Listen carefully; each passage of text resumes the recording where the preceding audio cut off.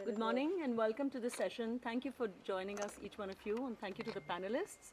The session is called Negotiating the Film Festival Space. I think it's something a lot of filmmakers want to know initially, but also maybe lifelong. We have a wonderful panel who can give us wonderful ideas and guidance to how to go along on this complicated journey. I'll introduce, so on my far right is Bina Paul, an award, most of us know her already, an award-winning editor. She was former artistic director of the International Film Festival of Kerala. She is program director of the Dharamshala International Film Festival, but really a mother goddess to a lot of us, not in age, but in her very, very generous, nurturing spirit. I should clarify. And because she's got a whole lot of other lives, including she's been chairperson of the Kerala Chalachitra Academy, a very core founder member of the Women in Cinema Collective. So many things that impact us all as filmmakers and people. Nashen Moodley in the center is festival director of the Sydney Film Festival. He was former programming consultant for the Dubai International Film Festival and also head of programming at the Durban International Film Festival. Please welcome. Ritu, Sarin, what would we be without you? Co-founder, co-director of the Dharamshala International Film Festival, but she's also an artist, filmmaker, and many, wears many, many hats besides. So thank you for inviting us on this time. Thank you. And I'm Meenakshi Shedde. I'm a programmer and curator. I work with the Berlin Film Festival, with the Toronto Film Festival, and Mumbai Film Festival, and some others. So I've just been kind of flipped into this role as moderator. I'm going to play it by ear. So I'll ask a few key questions, and really I'd like to throw it open because I think you have a lot of questions to ask. So initially I'd like to start by, although the subject is very specific, I think the journey of thinking about film festivals needs to start much earlier. Usually what happens, from what I observe, filmmakers make a film, they're so exhausted, say, okay, now chalo, now which festivals, make a list or, think about it, when it's often quite late. And I'd like to ask each of you to reflect on at what stage is a good stage to be thinking about festivals, and what might be a good way to approach them as a strategy. The mic's working? Yeah. I think this is a slightly complicated question because while you're making a film, you're not thinking of which film festival you're making it for. You're making a film either because you have a story to tell or because there's something that's driving you to do this. But what I'd like to emphasize, which is something that does not happen here, and we've been talking a lot about this, is that you have to create partnerships in this journey with people who can help you in this thing. So while you are involved in making your film and raising, talking to artists, etc., you ought to have somebody who's a kind of producer. Here the producer is Mr. Moneybags, but you need to have a partner, I would say a partner who is as invested in the film, both creatively and strategically, to help you on this journey. Because I really don't think that filmmakers are the best judges of films, actually. I mean, it's also, we do this even in our selections, etc. Because filmmakers are artists and they have their points of view, etc. But if you have somebody who's with you, who's looking at the larger question of distribution, money, festivals, strategy, I think it's important. So that is one thing I would flag. And the second thing I would say is all festivals are not the same. And I know how disappointing, I mean, I keep saying I have so much bad karma because every filmmaker you reject is sort of saying bad things about you or to you, or imagining that you have something against them. But it's not that. It's really that film is a very personal experience. Each of us appreciates different kinds of films. It depends on our cultural backgrounds. It depends on where we come from. It depends on context. So it's not that there is a good film and a bad film and only this film will go there. It is about understanding, looking at, and this is what not the filmmaker should not be doing. I think there is somebody who helps them to do this. Look at the profile of the festivals, look at the profile of the film, look at what the film needs and what you're looking for from a festival also. Is it just audience? Come to Kerala. If it's money, maybe you need to go to some, it's all kinds of things. So it's not one big mass film festivals and therefore apply to every festival, and every festival you feel sad if you get a rejection. That is the sad thing, because you do get into this circle of feeling rejected, which is not very good. Have I said enough? No. Hello everyone. I think it's not a good idea to make films for film festivals. I think that's the first point. When you make a film, you should have an audience in mind.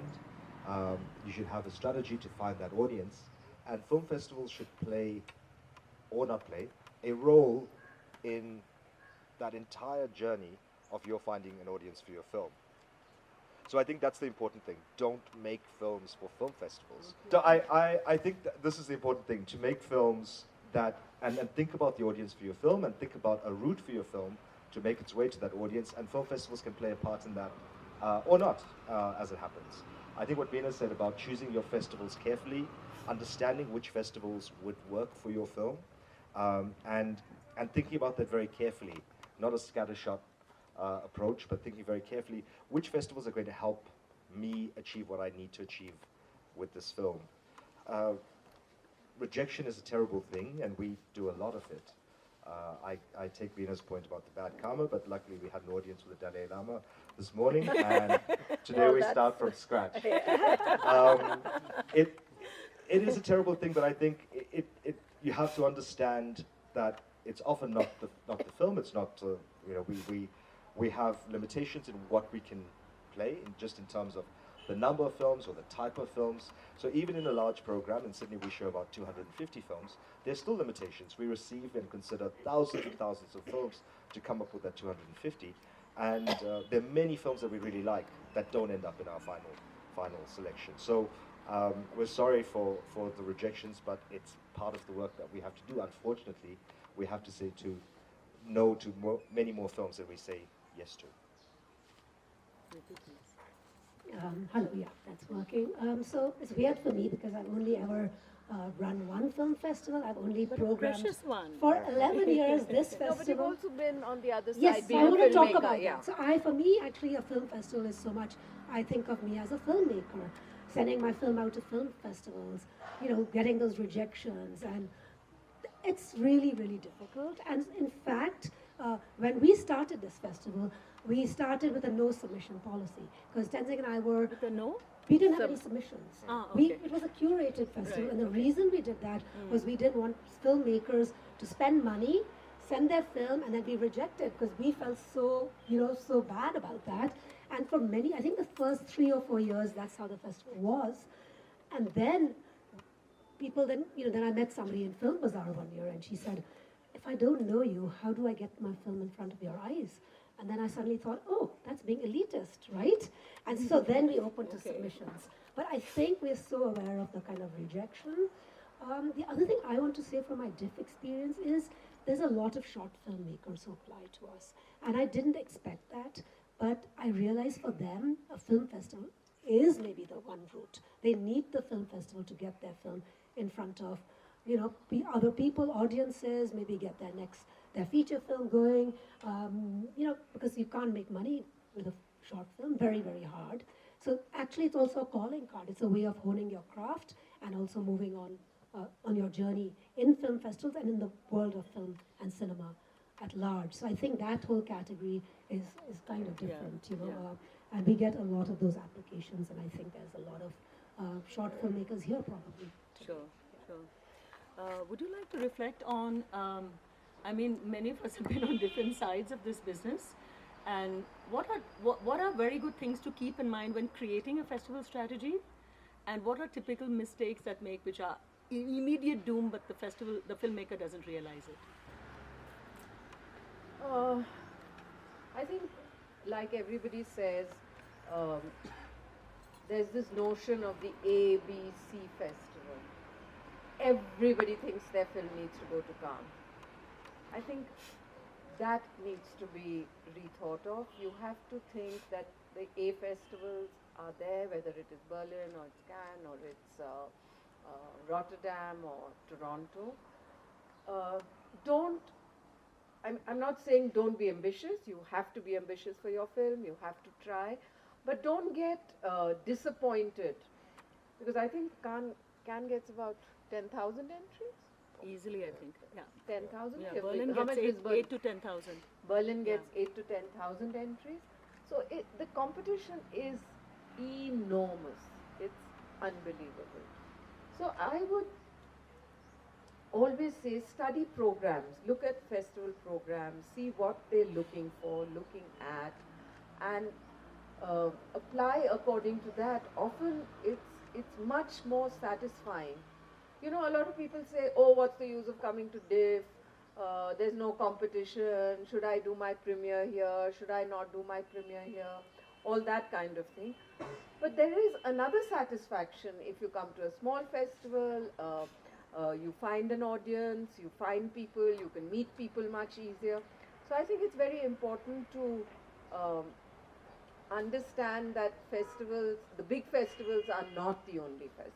There are smaller festivals, there are more specific festivals, there are themed festivals. All this is important if you're looking to further your film for an audience or find business or whatever. It's not only the big A festivals that can afford that. And to add to what Bina is saying, I think the other thing is be careful with your strategy. If you're aiming for a big festival, be very certain about that and the order in which things have to come.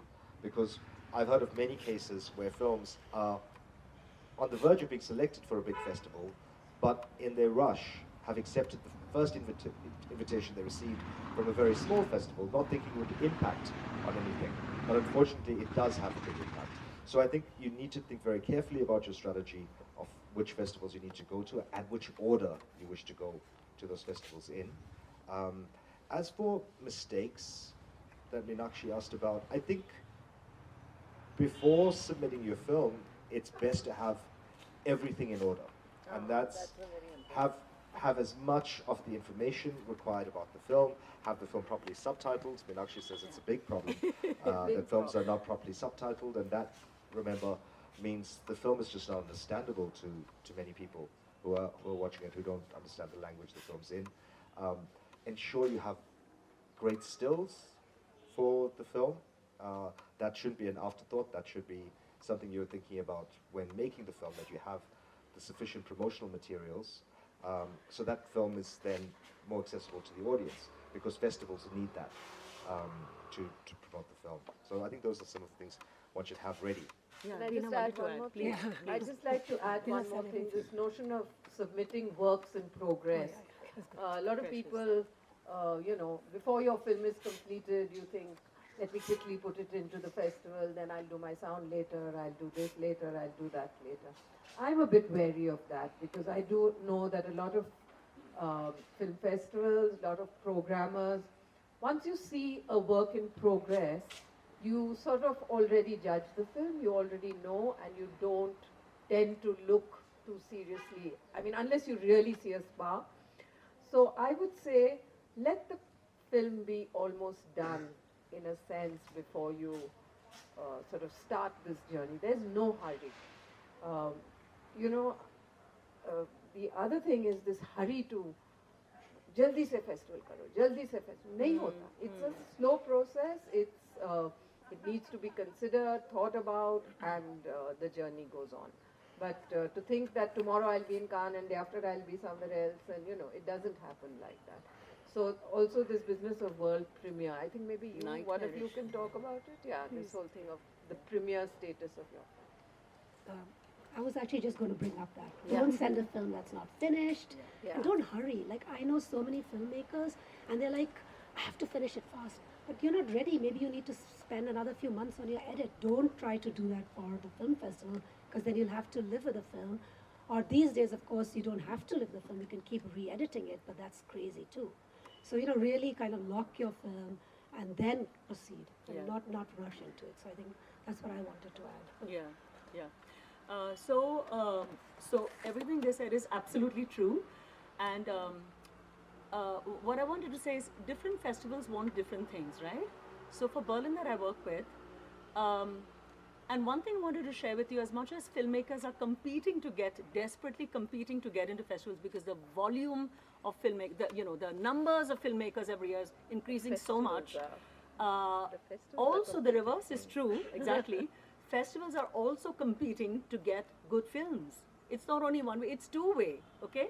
And while I personally feel that the numbers of filmmakers are hugely increasing every year, I think the number of good films is not vastly increasing by that huge level, which is why there's competition. It kind of remains at some kind of a certain level.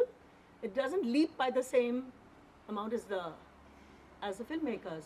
So I think to add to what Bina said and all of them said, in a festival like Berlin, for example, I don't know what the evolution of the thinking of some of the big higher-ups is, but we actually are open to works in progress.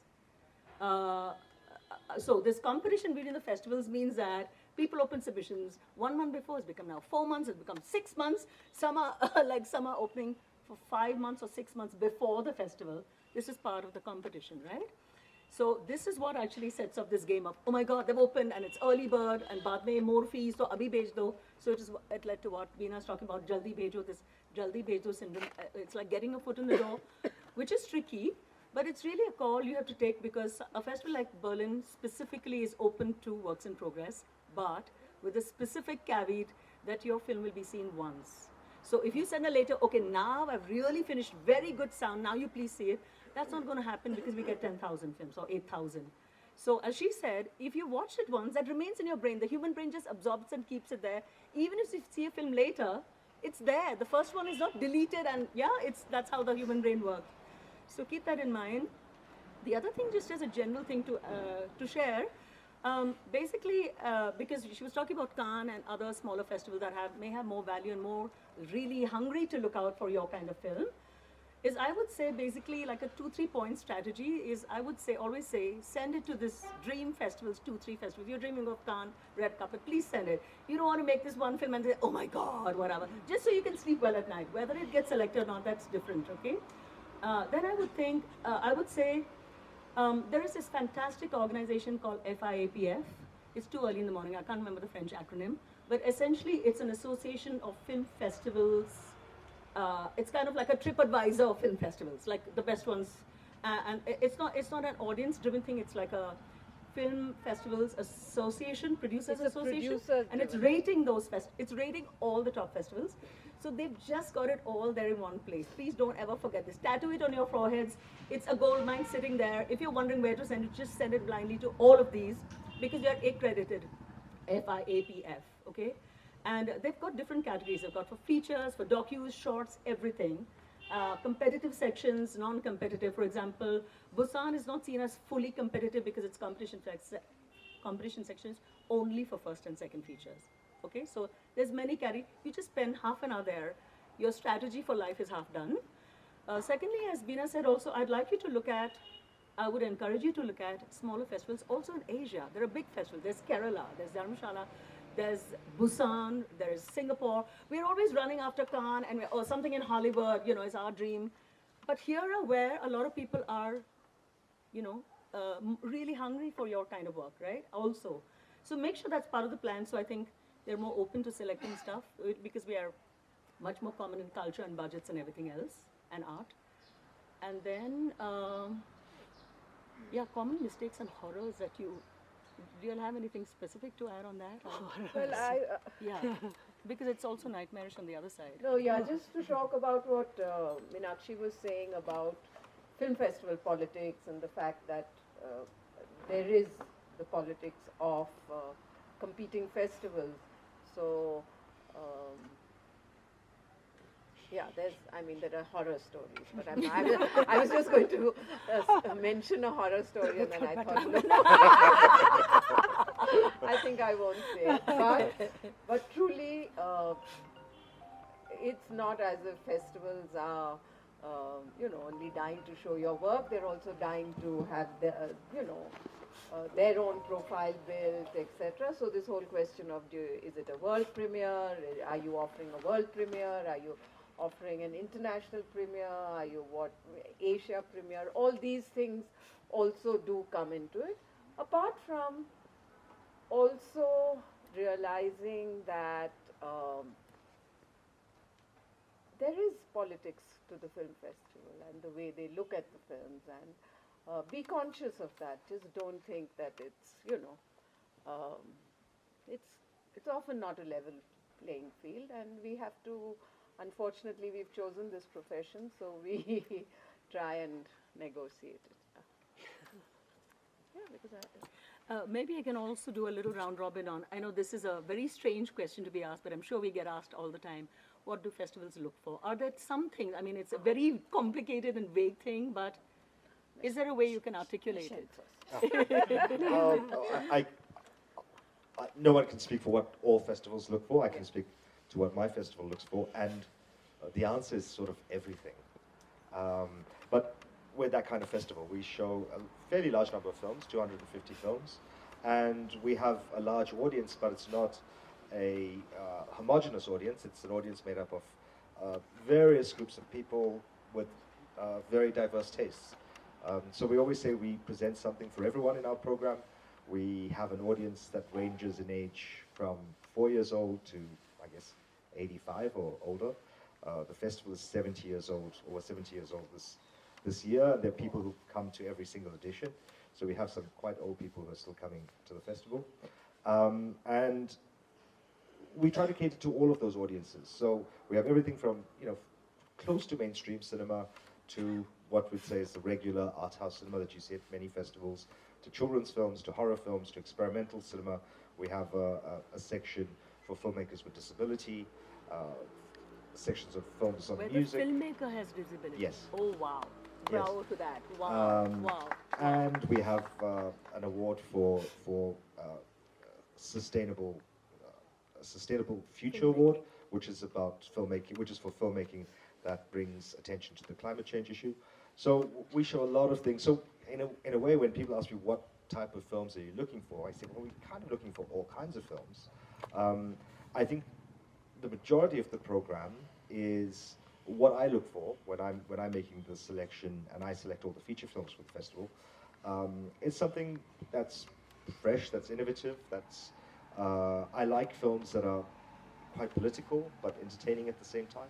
Those are the films that really I think I'm attracted to. So that's just a part of what we select, and each festival has its own very particular profile, and that's what they look for. Sure. Yeah, I mean, I quite agree with him. I would say that I look for a voice. I look to see, because I mean, as everybody knows, every story has been told. But I would look for a voice to see, is there something special that this filmmaker has brought, the region has brought in. Yeah, so the film has to have something that speaks to you. Also, I'm very interested in following filmmakers' trajectories. So often they'll say, oh, this is an awful film of somebody. Why are you showing it? I don't mind. I just feel that you need to see a filmmaker sometimes, 3 films, 4 films, see good. This is precious. Good That's film. risky, but it's risky. I know it's risky, and it has happened. But you have to know that every film that a filmmaker makes is not a genius piece. There'll be good films, there'll be bad films, or not so interesting films. So, yeah, I also am very interested in following, let's say, regions. I'm very conscious of the fact that there is a lot of underrepresentation from lots of communities, places. Yeah, so these are all things that play in your mind, So I'm not saying everybody has to go and make a film in some tribal area. No, but I'm just saying these are considerations, contexts that do play while we watch films. We started this festival because we were doing something for this community, and at that point, I mean, nobody was asking us to do this festival. So we made a very conscious decision, firstly, not to lock ourselves with a theme. Everyone said, what's your theme this year? No theme. Is there chapters in your festival? No, we just do what. So we were like, these are really films we like. We started off with the idea of films we like, and that's how we selected our early films. And they were, we like, we're interested in politics, we like a little bit of quirky films, we know our audiences are young, and we want to expose people to things they're not usually exposed to in this part of the world. So for us, that exposure is important, and conversations with filmmakers are important. So from the very start, we had filmmakers coming. That was always part of it. For us, that was very, very important. And it's been surprising for us, because as it's grown, then of course, and we had submissions. The submission process, we were not looking forward to it, but it's been very interesting, because then you discover new people, new ideas, new thoughts, and maybe things you wouldn't normally have chosen, you might select because, yeah, that's interesting. I didn't look at it that point of view. So I think that brought fresh voices, and I think that's been good. I've been really surprised by the fact that, sometimes there's a film and everybody's saying very good things about it. Maybe it's shown around the world, but actually it doesn't work for us because maybe, especially when they've often traveled in Europe and you see the rest of the world, and you think this is not working for our audience. Like, I don't think it rings true. I think films have to ring true. I think we want to feel it's a truthful voice. For me, I think for us, Tenzing and me, that's very important. An honest and truthful voice, and not something that's maybe ticking boxes for certain audiences. Always like that's a problem for us. Yeah. Okay. Did anyone hear me? Yes, yes. Okay, yes, all right. no. Yes, I think that's important. Like speaking this truthful voice, and we've been very interested in politics. So our early films were we had so many films about Arab Spring because we started the festival in 2012.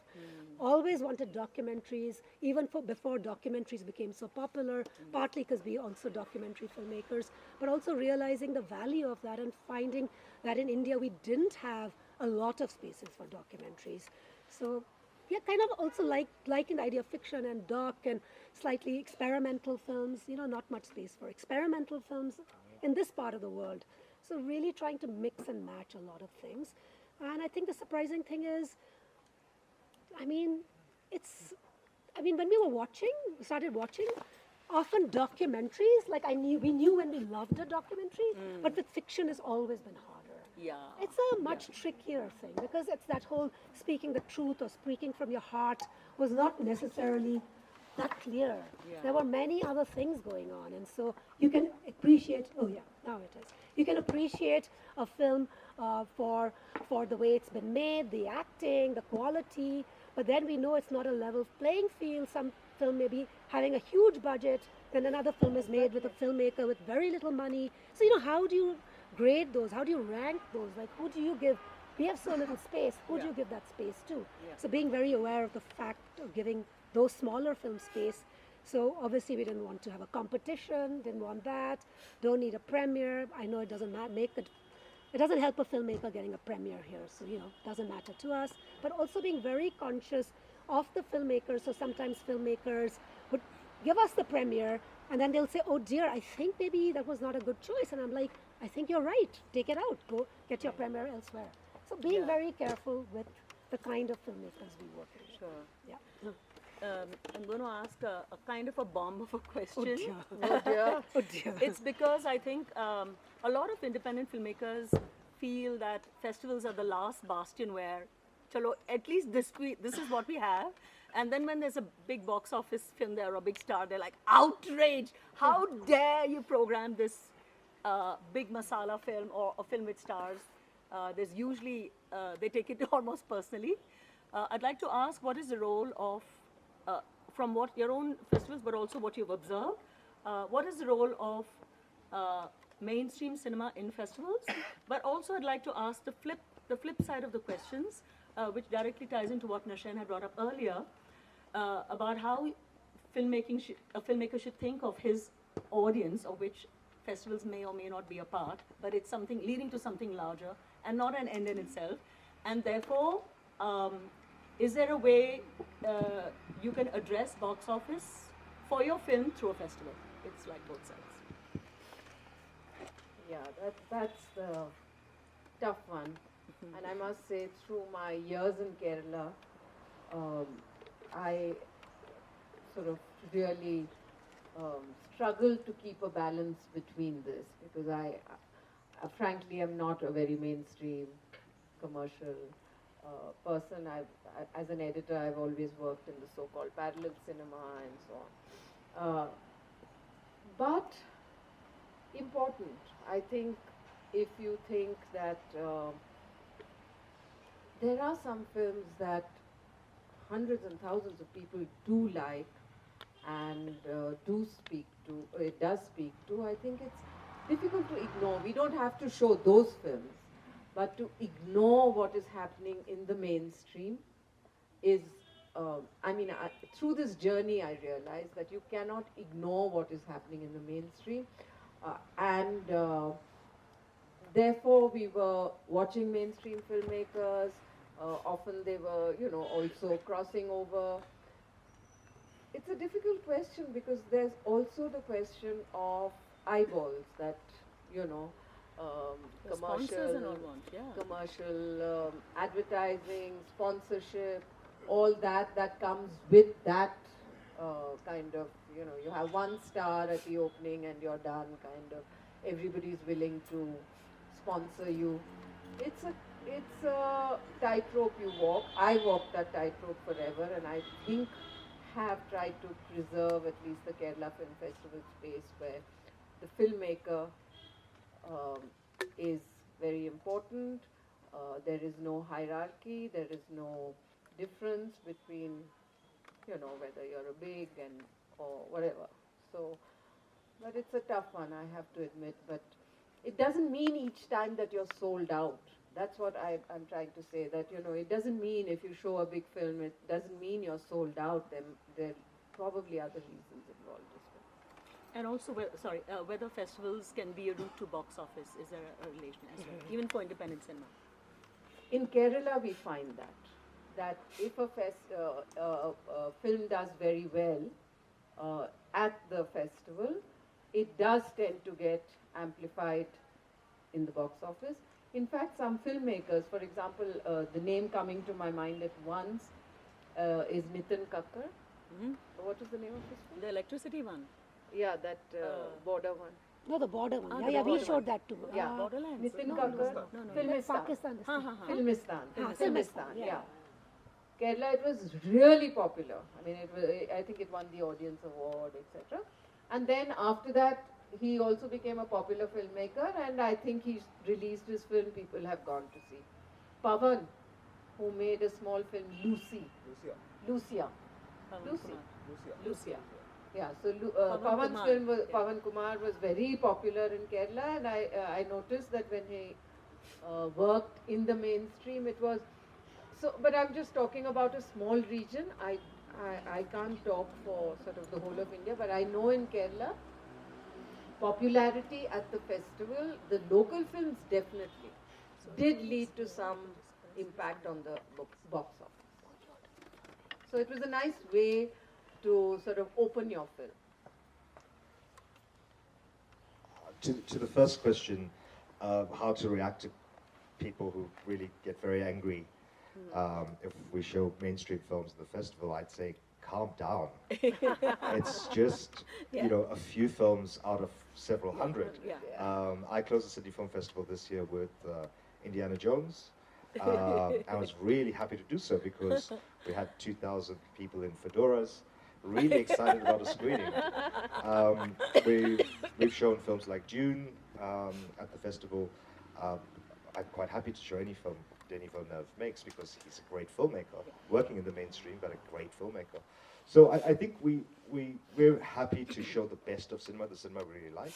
We want to show some mainstream films. There are very few out of the hundreds we show, as I said. So I think it's not something that really should create any big problem.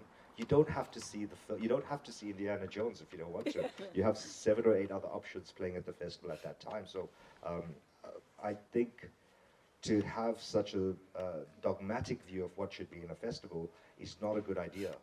Actually, if you say, well, we only show these kinds of films at this festival, I think that makes your selection predictable and boring. To the question of the box office extending from festival play, I have a real worry that, in a sense, the business side of film is becoming disconnected slightly from the festival side. I think there was a time where, of course, films that played at big festivals all would get distribution that would lead to a bump in the box office in those respective territories because, this film played at Cannes. And that's changing a bit. I think that's changing a bit. And certainly distributors in Australia are looking to a more conservative path, I'd say. Less films that are, or fewer films that are not in English are being distributed.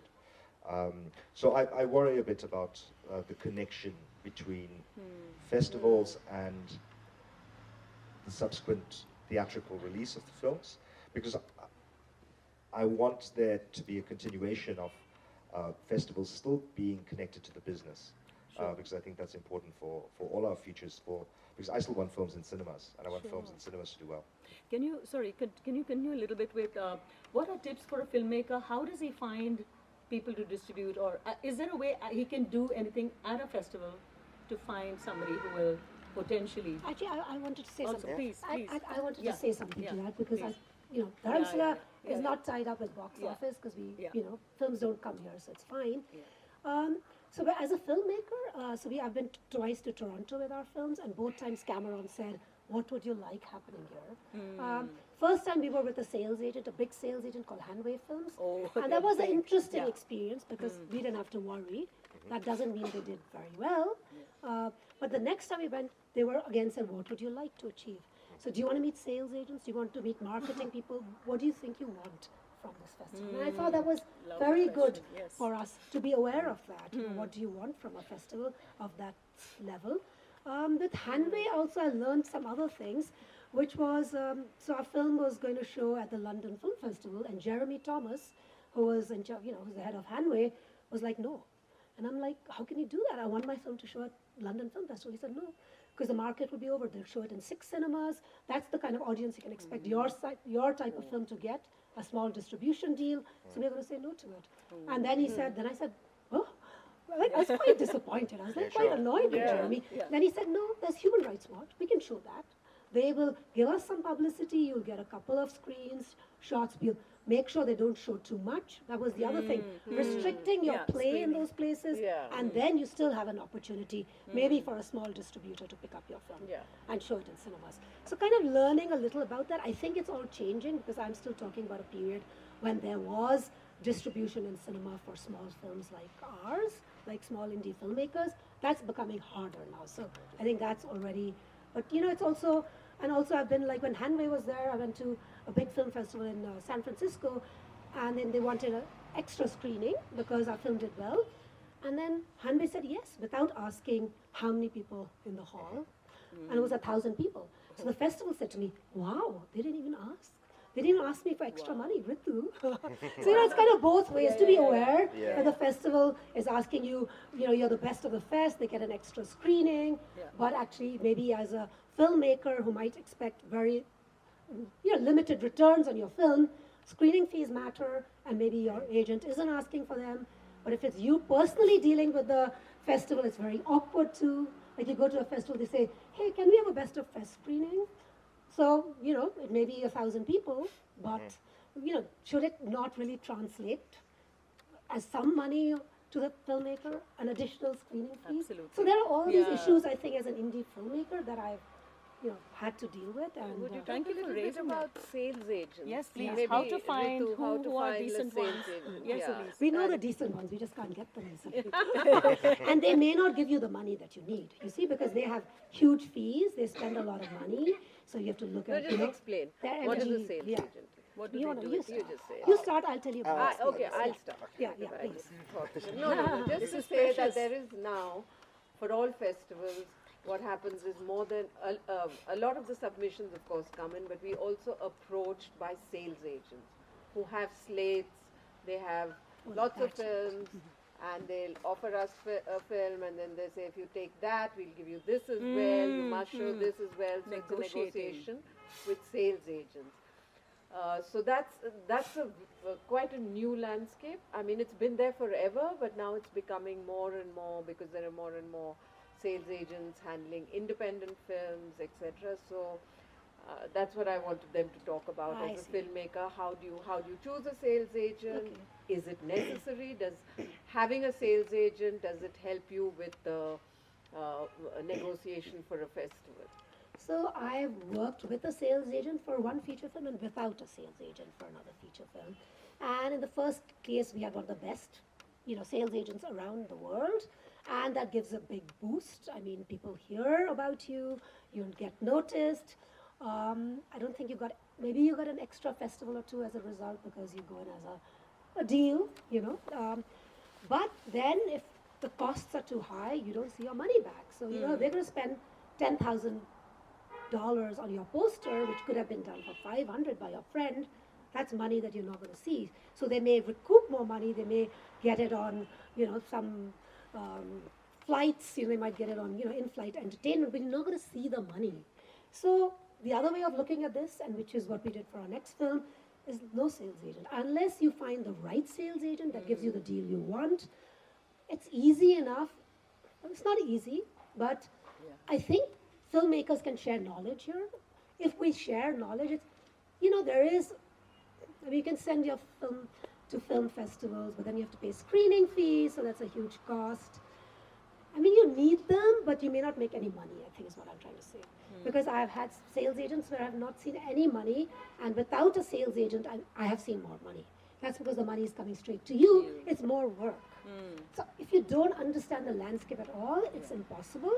But if you have some understanding, or you have a partner or somebody you work with who understands it, then you can negotiate it and see some money back. Because in the end, as Guneet said yesterday, it's all equity. If you've taken people's money, even if you've told them you're never going to get your money again, they still hope to get it. It's very weird. We've had that experience where we said to somebody in our first film, you'll never see your money back. But at the end, when she didn't, she said, how can it be? Your film is shown all over the world. And I'm like, but that's how it is. And actually, it was a friend. So we personally, luckily, have the possibility to give the money back. Because it was really going to ruin your relationship, So it's very, very tricky, so even if you tell people, it looks like you're everywhere, means people think you've got the money, but you actually don't. And it's very, very tricky in that way. You want to add? We should take questions. I from was the just audience. Take questions. Yes. But there's just, oh God. Okay. I Say have it. so many questions. Okay, Let's- we'll give them a let's chance. No. I'd like to Sorry, throw it open open, it up, and there may be a mic, or you can just stand up and introduce yourself. And yeah. Okay, sorry. Yeah. We don't want to give those. From the other side, she's saying we don't want to do No, it. we do. Yes, we're very, Diff, we do. Can you tell us your name and then ask your question? Sorry. Okay, this. Hi, I'm Yashwardhan Malik, and I'm an aspiring filmmaker, and I edit videos. My question, I had two questions. One question you answered it that you had to have a partner, and second question is how if you have a story, how to find an audience. If you have a story, how to find an audience. Yeah. But- If I have a story, I know I like it, but I'm insecure. Like if I'm not sure that people in mass will like it or not. Well, first, I think it goes to the question, the answer of finding some partners to work with, because that's your first test of the story, right? Whether the story will have appeal. And hopefully you find partners who are experienced, who understand the market, who understand film festivals. So they'll be the first to tell you, we think the story works and this is why. or we think the story has very limited appeal and it won't work. You can never tell if the masses, no one can predict. If people could predict, they'd all be billionaires, and if people say they know, they absolutely know, it's nonsense. So no one can do that for you, but at least with a trusted group of people, they can let you know if you're on the right path or not. The other sort of answer to that would be that nowadays there are numerous, I mean, what he says is, the first thing is first you share it with, but there are numerous labs, there are places where you can go work on your film script with people, apply for such places, because those also help you sort of think about audience, think about what you're doing. So, I feel that here a lot of us sort of just write one draft and one script and we are ready for the world and we think the film is ready. But that's not filmmaking anymore, unfortunately. It is, there's a lot of discipline, there's a lot of struggle really that you have to go through, creative struggle. Apart from the economic struggle, there is a creative struggle that you have to engage with. That filmmaking is not just writing a story you like. And I think that is very important, that you have to be open, to be trained, your story to be trained in it. I'd just like to add to what Bina said. So film festivals, of course, focus on films, but also partly this competition between festivals has also led to many initiatives at many festivals worldwide to support filmmakers early in the game. So there's script labs, there's co-production labs, there's all kinds of many facilities. Script mentoring, for example, if you have a script and you're not sure if it works, you can apply to a lab where the mentors will guide you. There's also something at Berlin, we have something called Berlinale Talents, which is specifically for people who've made only maybe a couple of shorts, maybe one feature, and are not sure how this career will plan out. And there's a lot of networking opportunities, there's mentoring, there's workshops, so lots of different things in many disciplines for directors, script writers, cinematographers, musicians, audience, what is it called? Audience something. There is a whole new branch, a new science in festivals called audience research or whatever, like how to find your audience, how to create it, how to generate it. That doesn't exist, but it's a new thing. So all kinds of specialization, just to add. And even at Diff, we have something called the Producer Suit. The Film Lab South Asia, and we do together with Producer Suit, and there's a producer-director teams, and this is the second year we've been doing that. And earlier we were doing something called the Himalayan Film Fellowship, and we had 5 Himalayan filmmakers, and we worked with them for many years. And, Lovely. So we've also been trying. Yeah, there was Yes. Okay. So my name is Tony. I'm a filmmaker from Kerala. So genre films are like the thing, like After Dark sections are there in Mami. So the more horror films in IFFK also last year and all. So is it like a very like short-term thing, Trend. will the horror films will it be continue will it continue at the festivals more often, or like is it just for being in the trend for last 3-4 years? No, I think you'll see in festivals like Toronto, Midnight Madness has run for a very, very long time. More and more festivals, if they don't have them already, are adding these kind of horror, midnighty genre sections. I don't think they're going anywhere. I think more and more films are being made. There's an idea somehow that these are the films that are going to make money, that are doing well. I don't know if that's the case. I'm not sure. Reaches more masses, more people connect with the horror. So we don't know. Maybe a love story more? Yeah. No, the After Dark. Love story as Yeah, horror. yeah. I know. I don't think that these sections are going anywhere. They'll stay. I think more and more films are being made, and more films are being funded in this space. So, yeah, it will stay. You want to add to it? No. Yeah. I have a question. Yeah. Yeah, hi, my name is Prabjot. Is there a way like something like a forensic auditing we can have, because there is Of what? What? What exactly? of the film The festivals. dead bodies after the there is- film festival. Like a rating? No, I'm Research. like in Europe, they'll just after your $50, and then you will submit you will submit a film, and then they will say, okay, it's going to be online this year, things like those. I didn't understand, sir. yeah. Did you What ask is the me? question? We What don't is understand your The question. question. Like- What is the question? Like something like a auditing for the film festival. For with what kind of criteria? For example, Like some fraud is not going on. Fraud. Ah, Yeah. fraud. fraud. Yeah. Well, that's. Oh, do you think, are you suggesting people are stealing your submission money, Yeah. for instance? Yeah. Oh, like that. Ah, well, Well, this is what Yeah. she said. There is FIAP. There are organized Recognized bodies. festivals. I don't want to name a festival. There's a festival in India. You should tell us because everyone should know the fraud festivals. My goodness, Yeah. that's I mean, what India itself is you're a supposed to be friends with other filmmakers. Yeah. Please tell us. That's what There we should should be be actually a sharing. blacklist for sure. I think. There's a festival I think you should like name in it. Jaipur that's going on right now. They are doing this thing. But what's actually happening? I don't know. Tell us. I mean, it's like it's more about like collecting money.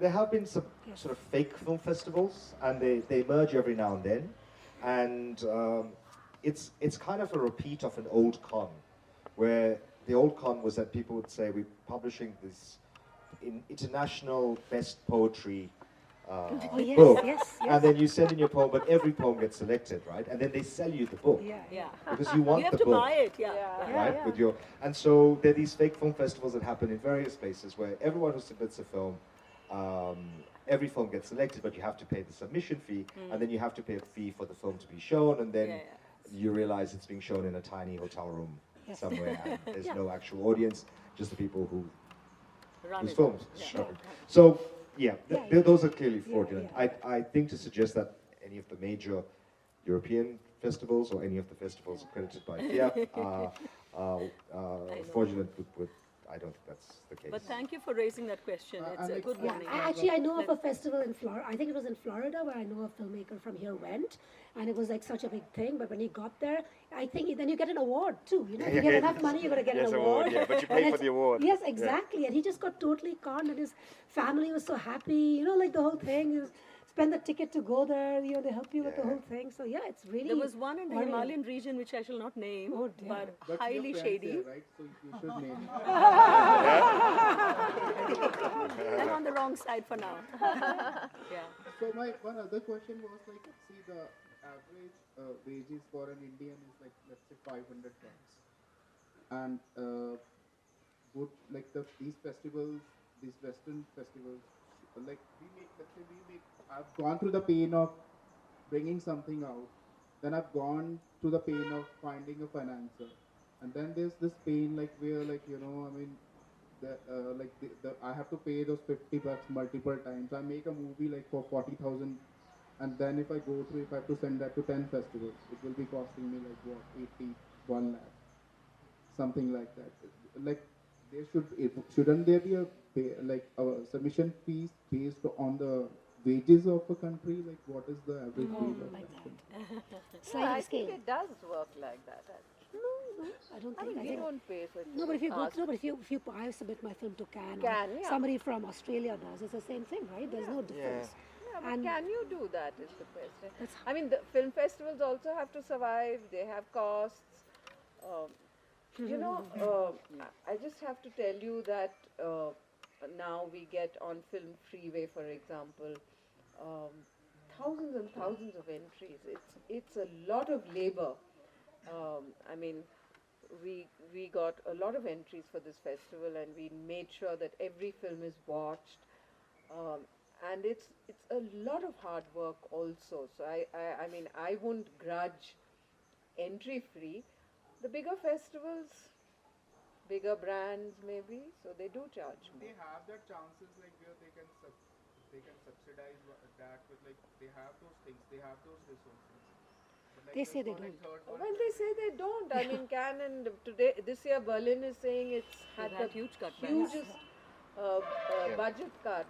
So I mean, everybody has their problems, I suppose. But yeah, I think I would say that submission fee has become a reality also because we are dealing with huge numbers nowadays. So it is a tough job just to employ people to look through these films, and they have to be trained people. It's quite a job. And also to run the festival, Often the submission fees doesn't cover that, but Certainly not. Certainly. Certainly Also, not. Absolutely. I don't think any festival is happy to charge high submission fees Yeah. because we are for the filmmakers, Yeah, right? that's- So we would not anything, we wouldn't normally do anything that would hurt a filmmaker because that goes against what we stand for. So it's really a way of, like Berlin, for example, we had massive cuts in funding, but also we are a very people's festival. Yes, we get some funding from the government and the federal and the land, etc., and some sponsors. But it's really a running cost thing. Nobody's happy to charge you high fees for no reason because, of course, you're going to lose a lot of filmmakers who can't afford. Right? We can't afford that. So it's only an extreme thing, which it's a cost covering thing. So you want to add? Okay. Yeah, no, I mean, that's why, I mean, that's the reason I mentioned we didn't want to have a submission fee when we started because we were so much like filmmakers. We don't want to be asking people for a submission fee, but then we realized it was just not possible for us to actually get a range of films, and we can't make it free, as Bina knows now how many films we have to watch even at a small festival like ours, and we only, we have 92 films I think this year, but we had to watch including a lot. the shots. Yeah. Including the shots, it's hard, and then you sometimes watch films 2 or 3 times, and you have to have a discussion because you can't agree, right? So we have had a lot of that back and forth. Okay, Ah. thank you so much.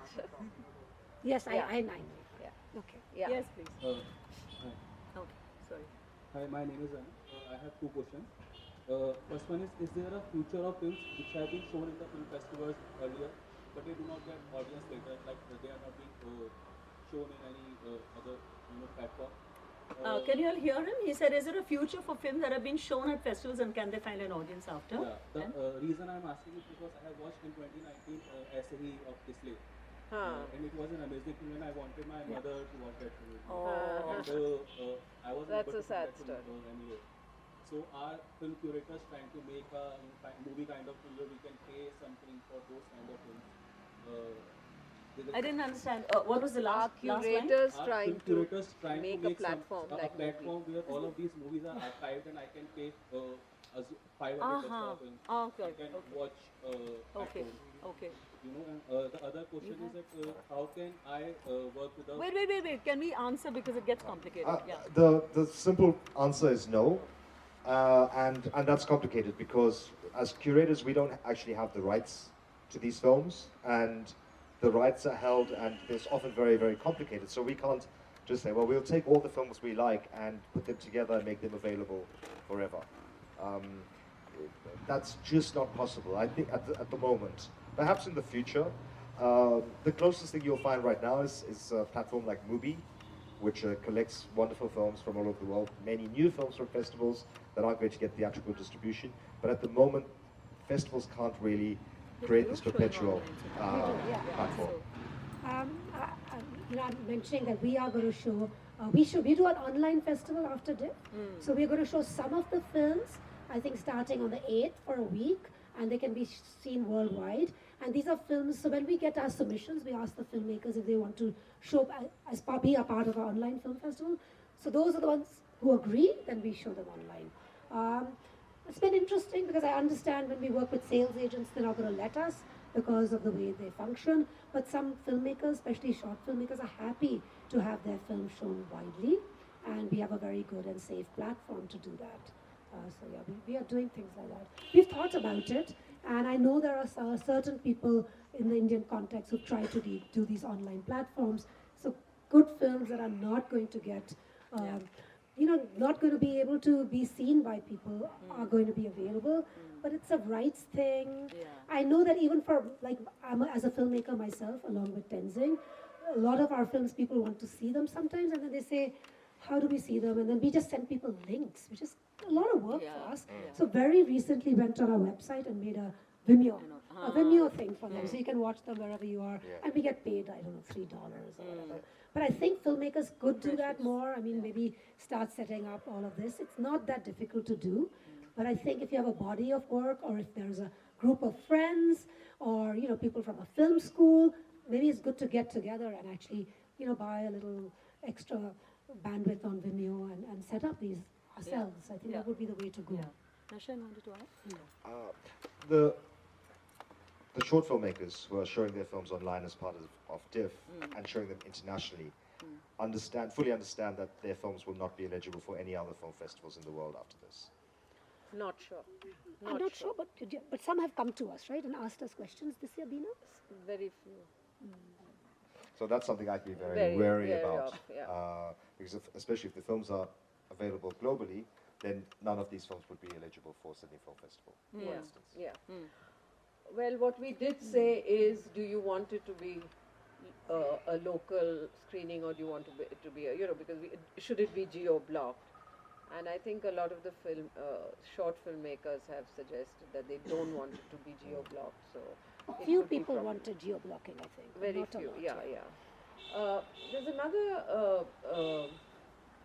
point that I'd like to highlight, both as a film festival programmer and as a filmmaker, is that when we work with sales agents, etc., filmmakers' rights.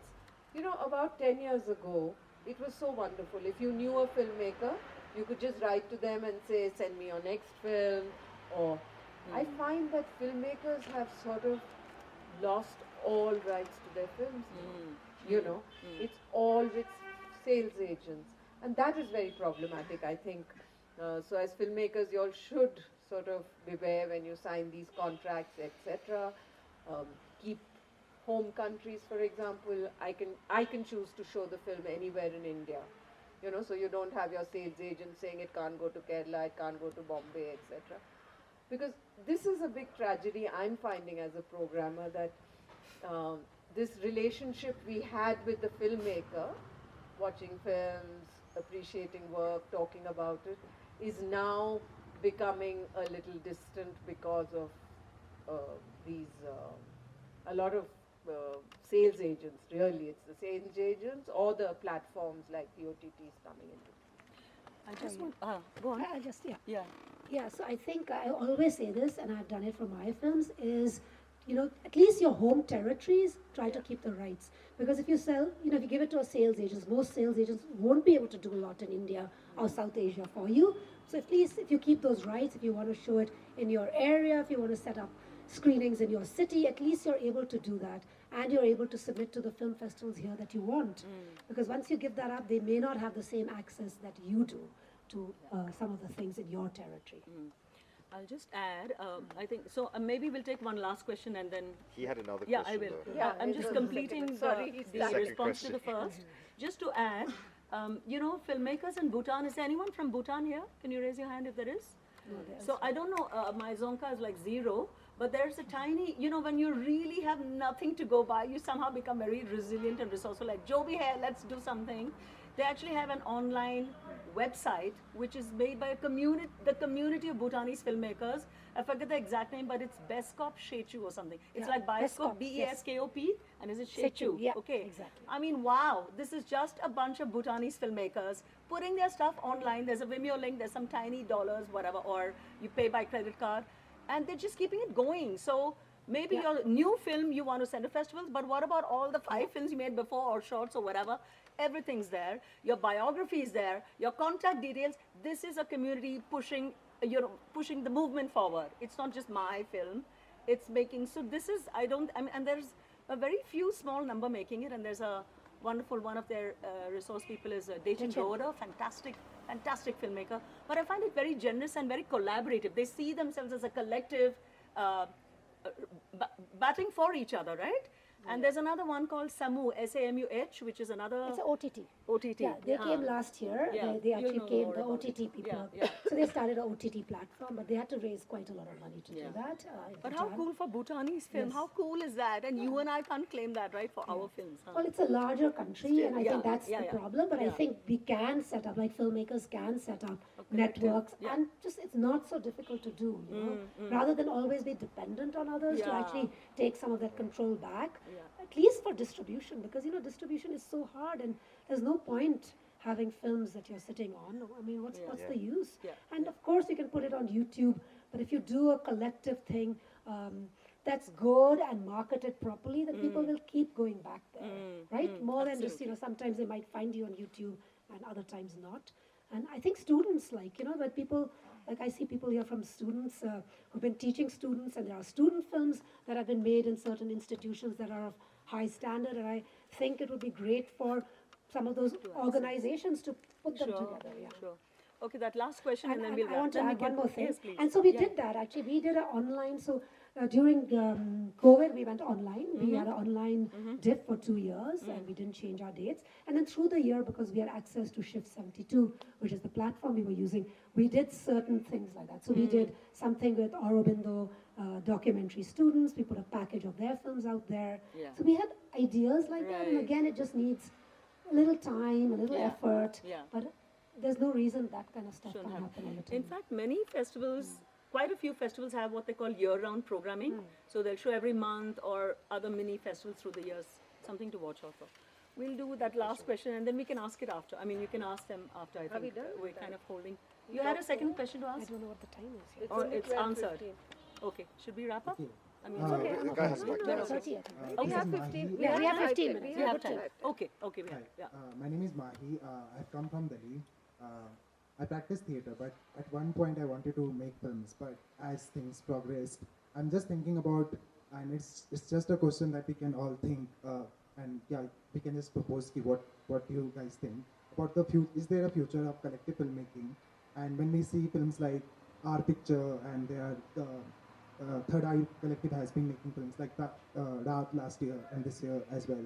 There are 2 more films, and even there are like other filmmakers who are doing something collectively. But as Prabjot was talking about the submission fees, I'll go back to the what you guys were talking about, the like it's sort of impossible to keep banal talents or script lab or all these things to not with like money associated. Like there are a lot of submission fees and everything. So is there a way we are moving forward where there could be a collective filmmaking which we are pushing towards, where a community is leading with more film festivals, where films are not just seen as some way of like a competitive platform where people are just fighting against each other, but I'm just reminding of People's Film Collective Film Festival in Kolkata, or Amudan RP has been doing Madurai Film Festival for so many years. Or a lot of like these marginalized filmmakers have been putting their film festivals of sort. I'm sorry, I'm a bit vague in my question, but just a thought. I'm just thinking out loud. Is there a way we can push towards as a collective means of filmmaking? And also just coming back to what Anand Patwardhan was saying yesterday about him being the second generation socialist filmmaker and how we are pushing each other as a collective or as individuals. Yeah, thank you so much. I mean, I don't know if that can be prescribed, isn't it? I think you have to find that yourself. Of course it can happen. I mean, I think I worked in one of the oldest collectives, the Odessa Film Collective, when we started that, and we sort of had dreams of making this kind of movement of cinema. But it can only come from within. That is the important thing, that nobody can impose. I can't tell you, or some film festival can't tell you, make this collective. I would say a collective comes from within, and it is a way forward. Certainly it is a way forward. I would say that it Bina, is a means of resistance. you want to yeah. also talk about like this Kamal ID and this collective group that Yeah, also. I mean, in Kerala there is also, what do they call themselves? Film collective. What do they call? Collective face what? Collective Yes, phase one. yeah. They produce films together. They're together. They have whatever common resources they have. All of them make films. So there's Kamal, there's Rajiv Ravi, there's Ajit. Yeah, there Some are of a these group of called- them. Yeah. So they're making films together. So these are and they- different technicians. I mean, They're different cinematographer, director, yeah. editor, etc. Sorry. Yeah, so, they were, I mean, yeah, but it came from within, it was, they decided, so I can't say there is a prescription for that, What is the name? but it is important that alternative ways of screening and showing is certainly, definitely important, especially in our country, especially now. It is a form of actually getting words out, etc. So, Yeah, tell Let's take the other questions. So Yeah, okay. yeah, let's think take that's some more. answered, Yeah, yeah. let's not. Sama? everyone Hello. answer every Yeah. My question was, I have 2 questions. First one is, and the answer to this would be different for different film festivals based on how many films are submitted each year. So how do you deal with film fatigue? and how much We of all need extra large You should dose. answer this one. and how much of effort, if any, do you put in becoming aware of both the film and the filmmaker's background, in the sense that do you give any benefit of doubt to the film, like this could have been better if the filmmaker had more money, or and that has to be apparent, obviously, but do you consider those things while watching a film? So that's first question. I don't feel film fatigue. I go into everything feeling quite excited and hoping to find a masterpiece. And I still have that feeling. So I've been doing this for quite a long time. So I mean, of course, sometimes if I'm at a festival and I do something stupid like try to watch 7 films in a day, but that's not really film fatigue. That's just fatigue. It's stupidity. But no, usually I'm quite happy to watch a lot of films. I never feel tired. To your second point, yes, of course. I think it's quite easy for us to see, I'm speaking for all of us, maybe I shouldn't, but it's quite easy for us to see where a film has loads and loads of money and all the resources possible, and a film that has very little. But we can still see the effort and the heart, even in a film that has very little that might have very little in money, but has a lot in heart. I think we'd appreciate that, for sure. Thank you. And the second question is? Let's pass it around. Yeah. Does every story have to be, are you looking in every subsequent film that you see, are you looking for innovation in each and every story that you see? Or for a film festival, a well-told classic sort of story with, the filmmaker's cultural media in place, and you can see that, and the filmmaker has a voice, but it's a classic tale. It's well made, it's technically proficient, but it's a classic tale. Does that hold, keeping all other things in mind, does that hold a place in the film festival? Absolutely. You can't just show, crazy new works that are all messing with everything we understand about cinema. I think all the programs that you'll come across have a combination of different types of things. We are looking for the innovative because we always want that. But yes, you'll see in most festivals, of course, there'll be a mix of very classical and hopefully some very fresh and bright new things. Yeah, right. Hi, my name is Ishan Gaur. I'm a filmmaker from Delhi. Firstly, I would like to thank you for this session. Especially Bina ma'am, it's really inspiring to hear from you that you look out for the filmmaker trajectories as well, because making films and sending to festivals is a big pressure. So it's good to know that you guys look out for trajectories. Even if the first film is not your best piece of work, we shouldn't lose hope. So that's a relief. Thank you for that. I have 2 follow-up questions from today's discussion. First was, can you name a few pre-production and post-production labs that you should look out for? And second question was, to track the festivals and the festival submissions, is there a portal or a website we could go to? Filmfestivals.com. Does that still exist? It exists, but I don't know how. I see. Without a box and all kinds of things. No, those are submission platforms. But filmfestivals.com lists festivals, the kind of festivals, the various, But I think fantastic. also without a box, I think. Yeah. Do you guys use I mean, Without in a a Box? sense, it's also good to go to Film Freeway, even though if it's a submission platform, you can check They give you what the kind of information. films. You get all the information, and the good thing about something like that is if you look very carefully, because I think with FIAPF, you have to pay money to be part of it. Oh, correct? yes. Indeed. Big, A lot big, of money. big Submission fees. Big, No, No. to be listed, to to be be part of it.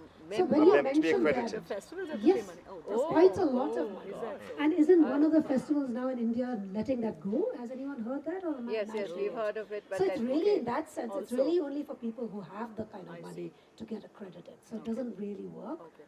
for Well, everyone. I would just say that today Everything's online online, you all yeah. have so many ways of looking. Yeah. I mean, unlike our time where, it was all word of mouth or newspapers, I think you just have to spend more time searching, looking. Just check. Like, Right. I just wanted to know Yeah. if you guys feel that this particular portal could, or like this particular organization. No, I wouldn't say one particular. Also, to add to that, so maybe you could also, one way of thinking of which festivals to send to is maybe also make a list of 5 or 10 of your favorite filmmakers from India and or your region, and just IMDb and see which festivals they sent to, where they got sent. I would always look out additionally for festivals that have already selected Indian films, so you're not starting from zero. You know that the director, or rather the programming team, has an interest in Indian cinema. They've shown some, may have won some award, so you're not starting, oh my God, dear sir, I am an Indian filmmaker from, yeah, they already know, because maybe their programmers have come to this country, have been to festivals, etc. So I would say Google your IMDb your favorite filmmakers. Programmers? I mean, we have, I don't know, Oh, yes. at least 5,000 films made a year, 2,500 features alone. So there's loads of filmmakers in this country, and a lot of people are at film festivals worldwide and in India. So you should. That's a I good think, strategy. yeah, because then you know the taste of, you know your taste, and where have they sent to, where have they selected. IMDb lists the festivals as well, where they've got awards. So that's just a short, makes your list a little tighter and shorter, more practical. Right, thank you. And the other question was about pre-production and post-production. I mean, I think I in think India we you're have for us. stuff happening in, yeah, maybe not Again, for us, yes. look up the Ask the other internet. filmmakers. Yeah. Ask Mr. Google, Mrs. Google. Anybody? Okay, we're I think a done. last We've question, asked. maybe? Yeah, last No, no, one you've there. asked. One last He's question. already There's a asked. person there, behind you. At the back. behind you. Yes, that's you, I mean. You're the person behind you. Oh, you talk. You spoke a bit about premieres, and a lot of old premieres, Asian premieres, whatever, have to do with features. With shorts, I know a lot of festivals don't really care, but is there a unsaid thing where, yes, we don't care about premieres, but if you've shown your film at 10 festivals which are not that big, we might not consider it. Who does a lot of shots? Yes, please. So, speaking for Berlin, or in general, I think Nashen had actually touched on this earlier. So, it's really important to have a kind of a general overall strategy before you start sending, because this is typically what always happens. You're dreaming, oh my God, I'll be in Sundance, and then you picked up, oh my God, Cincinnati Festival once, and chip, chip, chip, chip, you've given away. So, I think the thing to be careful is the first thing you need to tattoo on your foreheads when deciding a festival that you want to submit to is which continent is that, and which are the top festivals in that continent you really want to be at. That has to be really clear. In Asia, if it's Busan, it's Kerala, it's Dharamshala, whatever it is, Singapore, Hong Kong, wherever, Sydney, then those festivals should be priority. And then if a tiny one comes along, you say, no, okay, Sydney and whatever is on my list. So even if that's 6 months later, I want to take that chunk. It makes it clearer whether, because, oh my God, finally you've got selected, and then are you going to say no? Oh my God, like there's no guarantee Sydney or Cannes or Berlin or anyone will take it, right? It's always messy. So I would think your approach in festivals in general should be, it's an adventure. It has to be a snakes and ladders game. There's going to be some acceptance, there's going to be a whole lot of rejections, and that is part of the game. You cannot take it personally, it cannot reflect your art. All of them have spoken for an hour now on how that does not necessarily reflect your art or your talent or anything. Like sometimes there'll be 25 good films and 5 slots. What are you going to do? They're all damn good. Then, okay, is there a woman filmmaker? Is there somebody from Mongolia se koi hai kya? Armenia se koi hai kya? I mean, all this other stuff comes in, right? Have you been at Cannes? All fourth, fifth, 6 points are not related to merit. The first is always merit. So all these other things come. So if you're rejected, it's because they want a filmmaker from Mongolia or they want a woman. If you're not, what are you to do? It's not a reflection of your film. I want everyone to be really clear. Sometimes the competition is so high. The fourth, fifth, 6 points are these other points which are not related to the merit. So it's important to see it as a game. And this premiere thing is very crucial, that if you want, you're giving away, if you take Cincinnati, you're giving away the North American premiere. No fantasies about Sundance, Toronto, Telluride, forget it. Because they want to be the big premiere in that continent.